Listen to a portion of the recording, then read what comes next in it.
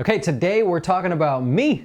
Yeah, we're gonna talk about me here. We're gonna talk about choosing a financial advisor, things you wanna look for, things that make sense, and things that definitely do not make sense.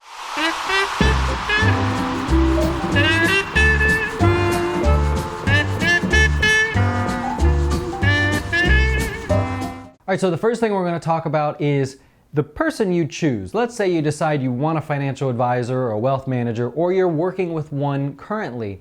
The first thing you want to do is make sure that the guy that you're talking to is the guy that does the work.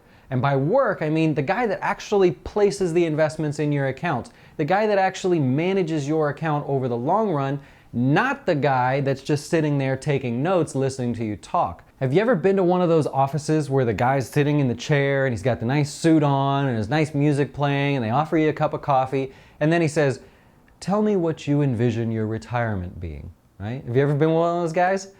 Well, that guy doesn't do anything, right? That guy is kind of like when you go to a car dealership and the first guy you see is all like, "Hey, if we can get the number that you're looking for, can we earn your business today?"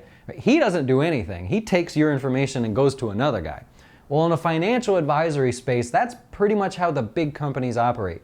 There's a guy that you go to, you see him in your local neighborhood shopping centers, he's got an office there, and his job is to be your friend, really. I mean, his job is to ask you about your family, get to know you, get you to like him, so you invite him to your Halloween parties and stuff.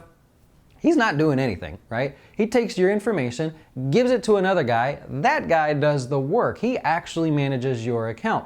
They want the guy at the front to be your friend so that you feel like you owe him. You'll never leave him. You've got a buddy. If you have a question, you can give him a call.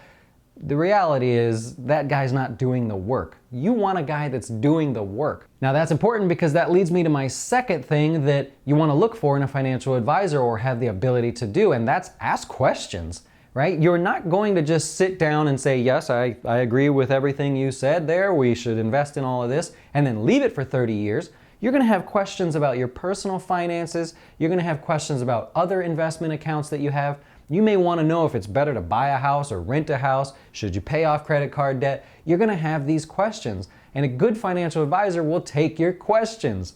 Now, I'll answer any question that I know the answer to for my clients. And if I don't have the answer, then I'll call one of my professionals, like an accountant or someone, a lawyer, and see if I can get help from them. And then I don't charge my clients anything. I'll just get back with them and let them know the answer.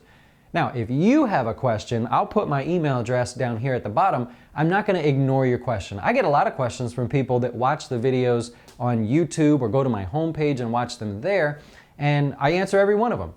So I'm not going to ignore you, just I hope that if I answer a question and you're happy with the answer or you think that I got back to you in time, that you'll consider me as your financial advisor because I am the guy that does the work. See, I look at every one of our clients' accounts every single day and make sure they're where they need to be. Now I look every single day because we have a very unique approach to managing retirement investments. If you want to know more about that approach, we have a lot of great videos that go into great detail about what we do here at Jazz Wealth. All right, one last thing that you want to consider when you look at a financial advisor or a wealth manager is fees. Now, I'm not a big believer that you should find the guy that does it for free because it's not free, right? Think about it. You're coming to an industry where people's jobs are to move digits around and make them end up larger in the end.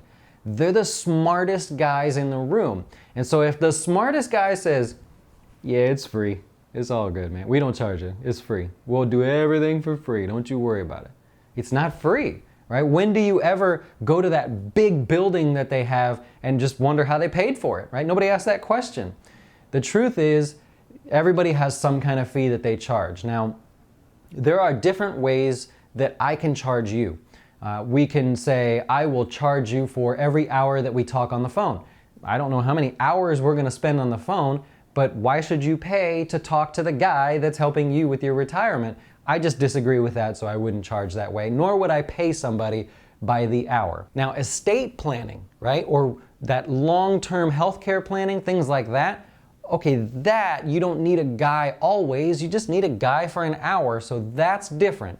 If we're talking about when to take Social Security, looking into long-term healthcare insurance, things like that, wills, estates, and trusts, things like that, that's the guy you pay by the hour. Okay, another way I could charge you is I can manage your investments and then send you a bill and you send me a check. No, that's ridiculous, right? Nobody does that anymore, at least that I know of. And it's just kind of a ridiculous thing to ask a client to do. Say, I'll pick the investments and you give me $1,000. Waste of your money. Now, the biggest way that most financial advisors charge their fee, if we take out all those sneaky commissions and hidden fees that you don't know about, is to charge you a percentage of your account each year. So however much money you have in your account, they charge you a very, very, very small percent to manage those investments. The goal is they're gonna do better than what they charge you, and so it really works out in the end. You don't actually pay for it. Now, that's okay too. There's a lot of great companies that charge really low fees, but they don't do any work. And then there's a lot of companies that charge ridiculous fees. I mean, way, way over the top fees, but they're doing a little bit more work, so they think they can justify it. Well, at Jazz Wealth, what we do is we actually build a portfolio for you, and then just like if you bought a home, right, or you bought a couple homes and you rented them out, that's what we do. Instead of buy and hold, I call it buy, hold, and rent, right? Because with a house, you buy it, you're hanging on to it for the long term, but in the meantime, you're gonna rent it. Well, we can do the same thing with your investments. So for me, I'm working a lot harder. That doesn't mean I charge the high fee. It just means I'm working to make sure that I'm getting all that rental income for you, and I'm working off my fee, right? It's not the other way around where I'm asking the customer to work off the fee. It'll be fine in the long run, don't worry about it. I am working off my fee by growing your account. Now that's kind of a first for this industry, and what it means is that I only do better as a company. Jazz Wealth only grows if you grow. And that's kind of the big thing here. We don't charge these weird fees and we never have hidden commissions. I get no kickbacks from any products that I put in your account. My goal is simply to grow your investments to keep you on track with what you're trying to get to. All right, so hopefully that's just a quick and simple example of some reasons why you may or may not choose a financial advisor. Remember, you want the guy that does the work. You want the direct contact to the guy that's managing your investments. You also want that guy to be able to take your questions with no charge anytime. Send him an email, leave him a voicemail, give him a call, whatever. And you also want to make sure that those fees that they're charging are good in comparison to the work that they're doing, right? You don't want to pay $50 for the haircut. You don't want to pay $2 from the barber school down the street, but you want a fair price for the haircut that you're trying to get. That was horrible. I can't believe I used that analogy, but I went there. Okay, look, if you want more information on Jazz Wealth, I hope you'll give us a call. I hope you'll check out our website. I'm always available for you, or if you just have questions and you want an answer, and that's it. I don't charge for that either. Feel free to check us out, and I'll talk to you soon.